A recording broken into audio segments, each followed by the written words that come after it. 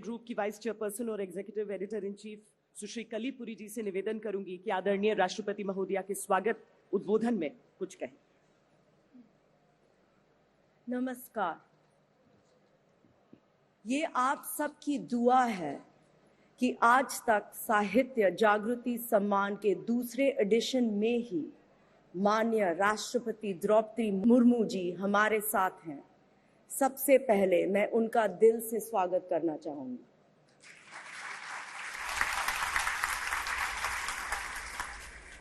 राष्ट्रपति जी, आप देश की प्रथम नागरिक हैं, तीनों सेनाओं की प्रमुख हैं।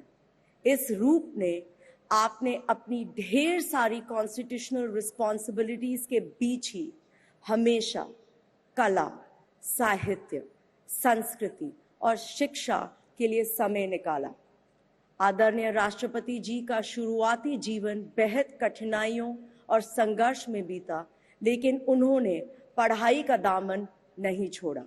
अपने गांव से कॉलेज जाने वाली पहली बालिका थी। सरकारी जॉब के दौरान भी उन्होंने अलग पहचान बनाई।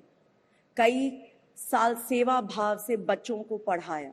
राजनीति में भी उनका जीवन सादगी और सेवा का मिसाल रहा है। चाहे वो एमएलए, मंत्री या राज्यपाल रहे हों, उन्होंने अपना स्वभाव कभी नहीं बदला। आपकी जिंदगी का सफर हम सब के लिए एक प्रेरणा है कि पढ़ाई, परिश्रम, सेवा और सादगी के साथ सब कुछ मुमकिन है आज के भारत में। ये भी कि एक छोटी सी आदिवासी लड़की जो मिट्टी के घर में बड़ी हुई, आज राष्ट्रपति भवन में हमारी महामहिम है। आज तक साहित्य जागृति सम्मान 2024 में आकर आपने ना हमारा गौरव हौसला बढ़ाया है। आज का दिन खास है क्योंकि हम 8 पुरस्कार दे रहे हैं उन लेखकों को जिन्होंने अपनी कहानियों के जरिए भारतीय भाषा को नहीं ऊंचाई दी है। साहित्य में हमारे अतीत से जुड़ा है, हमारे भविष्य को दिशा देता है, लेकिन सोशल मीडिया के बढ़ते प्रभाव से इसकी परंपरा थोड़ी कमजोर पड़ गई है। आज की जरूरत है कि हम साहित्य को फिर से ताकत और सम्मान दें जिसका वो हकदार है, और यही मकसद है इस सम्मान का। आप उड़ीसा के संथाली आदिवासी परिवार में पैदा हुई हैं। ये खुशी की बात है कि आज उड़िया भाषा में एक लेखक को भी हम सम्मानित कर रहे हैं। हमारे इस नए पहल को आपने इतना आदर दिया, इसके लिए हम आपके आभारी हैं। Thank you madam president.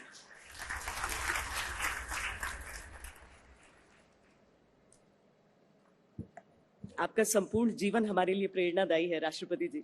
मैं कलीपुरी जी से निवेदन करूंगी कि वो इंडिया टुडे ग्रुप की तरफ से राष्ट्रपति जी को स्मृति स्वरूप भेंट प्रस्तुत करें।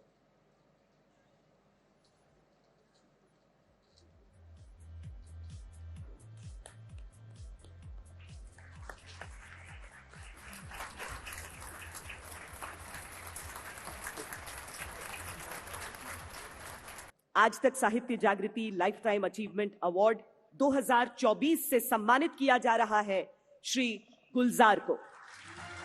गुलजार साहब ने अपने गीत, अपनी कविता, कहानी, पटकथा, सिनेमा से दशकों से देशवासियों के दिलों पर राज किया है।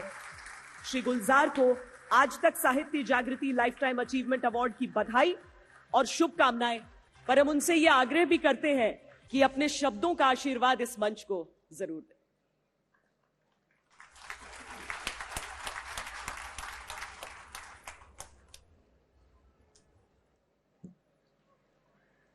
ऑनरेबल श्रीमती राष्ट्रपति जी और आज तक के साथियों और बाकी सब और वो दोस्त जो यहाँ पे तशरीफ रखते हैं और साहित्यकार हैं और जिनको इनाम मिला है, जिनको अवार्ड मिले हैं, मैं उनको भी मुबारकबाद देता हूँ।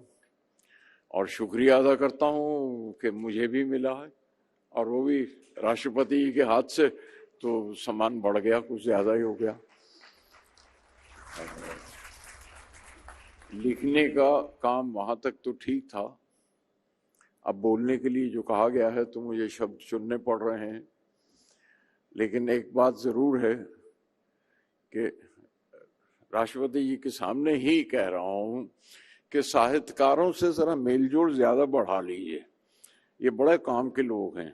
जिस देश और जिस वतन की आप राष्ट्रपति हैं, ये उन लोगों की, उन अवाम की, उस जनता की कहानियां कहते हैं जिसकी आप इस वक्त राष्ट्रपति हैं, जिसकी आप प्रेसिडेंट हैं।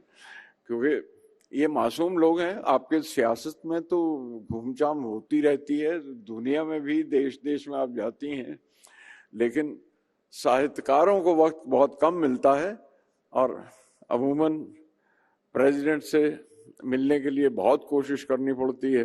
तो मेरी दरख्वास्त है आपसे कि इन साहित्यकारों को मिलिए, इन्हें पढ़िए, इन्हें देखिए, आपको अच्छा लगेगा। मैंने एक मामूली सी कोशिश की है कि हमारे दौर की कविता जो हमारी आज़ादी के बाद से जो अब तक हुई है, और मैंने बहुत 9-10 साल मेहनत करके हिंदुस्तान के कोई 400 कवियों का अनुवाद किया है, और हिंदुस्तान की 34 ज़बानों से उनके अनुवाद करके एक किताब बनाई है। अगर मुझे इजाज़त दें तो मैं आपको पेश करना चाहता हूं। तो अगर मैं थैंक यू। मेरा एक वादा था हमारे विद्यार्थियों से, जिन्होंने मुझे कहा था कि हमारे यहाँ जो टेक्स्ट बुक्स में पढ़ाई जाती हैं कविताएं, जो शायरों को पढ़ाया जाता है हर दफ़ा, गालिब हैं, टैगोर हैं, टेनिसन हैं और तमाम गुरु हैं, तो वो आज के दौर के साथ रेलेवेंट नहीं लगते हमें। जो चारों तरफ जिंदगी देख रहे हैं वो और कविता का मेलजोल नजर नहीं आता। तो मैंने उनसे वादा किया था कि मैं आपको आज़ादी से लेके जो रेलेवेंट पोइट्री आज की, और हर रोज एक शायर और एक नई कविता और एक नई जबान, वो उससे आपको मैं परिचय कराऊंगा। तो मैं वो किताब आपको अगर इजाजत हो मैं पेश कर दूं।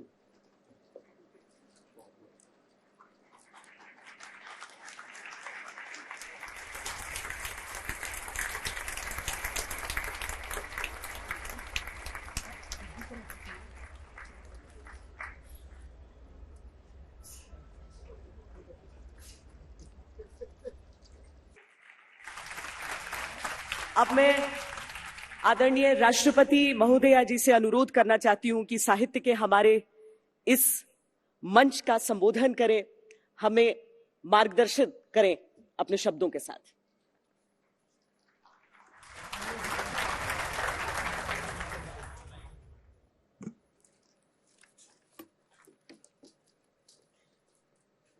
साहित्य के इस उत्सव में उपस्थित इंडिया टुडे ग्रुप की वाइस चेयरपर्सन सुश्री कल्लीपुरी जी, गणमान्य अतिथियों, देवियों और सज्जनों, आज तक साहित्य जागृति सम्मान के विजेताओं को मैं हार्दिक बधाई देती हूँ।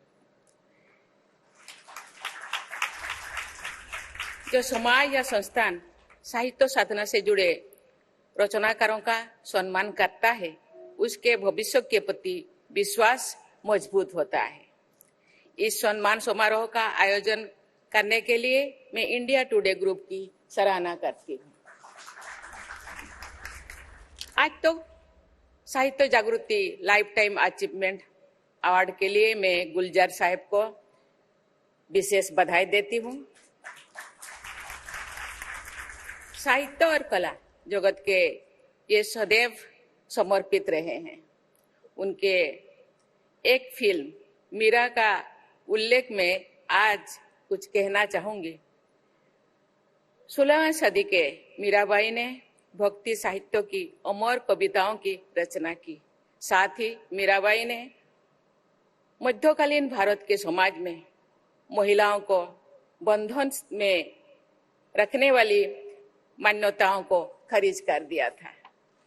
मीराबाई सामाजिक या तनाव के बीच आस्था और साहित्य के विजय का प्रतीक है। आज से लगभग 45 साल पहले बनी मीरा फिल्म के रूप में गुलजार साहब ने हमारे सिनेमा, समाज और साहित्य को एक कलापूर्ण धरोहर सौंपे। ऐसी कृतियों के लिए मैं आपकी सराहना करती हूँ। मैं मानती हूँ कि महिलाओं के दृष्टिकोण को समझने वाले संवेदनशील पुरुष हमारे समाज को बेहतर बनाते हैं। मुझे आज तक से ये अपेक्षा करती हूँ कि आज आप सब विभिन्न भारतीय भाषाओं में उपलब्ध साहित्य को लोगों तक पहुंचाए। संताली भाषा के महाकवि डॉक्टर रामदास टुडू तथा कवि साधु रामचंद्र मुर्मू की हृदय को छूने वाली रचनाओं से भी साहित्य प्रेमियों का परिचय करवाइए तथा अन्य वंचित वर्गों के साहित्य जैसे कि सब अल्टर्न लिटरेचर कहा जाता है को भी प्रस्तुत कीजिए। आप साहित्य के छुपे हुए रत्नों को सामने ले आइए। साहित्य सेवा का जो काम साहित्यिक पत्रिकाएं बहुत कठिनाई से कर पाती है, उसी टेक्नोलॉजी के माध्यम से आप बहुत बड़ी पैमाने पर कर सकते हैं। ऐसा करके आप भारतीय समाज और साहित्य की बहुत बड़ी सेवा करेंगे। जहां बौद्धिक आडंबर और पूर्वाग्रह है, वहां साहित्य नहीं है। मैं समझती हूँ कि लोगों के दुख दर्द में भागीदार होना साहित्य की पहली शर्त है। दूसरे शब्दों में मानवता के प्रवाह में जुड़ना साहित्य की कसौटी है। साहित्य वही है जो मनुष्यता को शक्ति प्रदान करे, समाज को बेहतर बनाए। साहित्य मानवता के शाश्वत मूल्यों को बदलती परिस्थितियों के अनुरूप ढालता है। साहित्य समाज का नई संजीवनी देता है। राष्ट्रपिता महात्मा गांधी के विचारों पर अनेक संतों, कवियों तथा सरस्वती चंद्र नामक उपन्यास सहित कई साहित्यिक रचनाओं का प्रभाव पड़ा था। साहित्य के ऐसे प्रभाव का सम्मान करना ही चाहिए। आज तक साहित्य जागृति सम्मान के विजेताओं को मैं पुनः बहुत बहुत बधाई देती हूँ। हम सबके सामने गुलजार साहब ने बहुत बड़ी बातें रखी। मैं धन्यवाद देना चाहती हूँ। मैं जरूर चाहूंगी, मैं जो भी साहित्यिक, जो भी गल्पिक, जो भी लेखक मुझे रिक्वेस्ट करते हैं, मैं उनको बुलाती हूँ, लेकिन मेरे तरफ से जरूर साहित्यकारों का एक सम्मेलन करूंगी। आप जो कहते हैं मिलना जुलना ज्यादा कीजिए। मैं सबसे मिलती हूँ।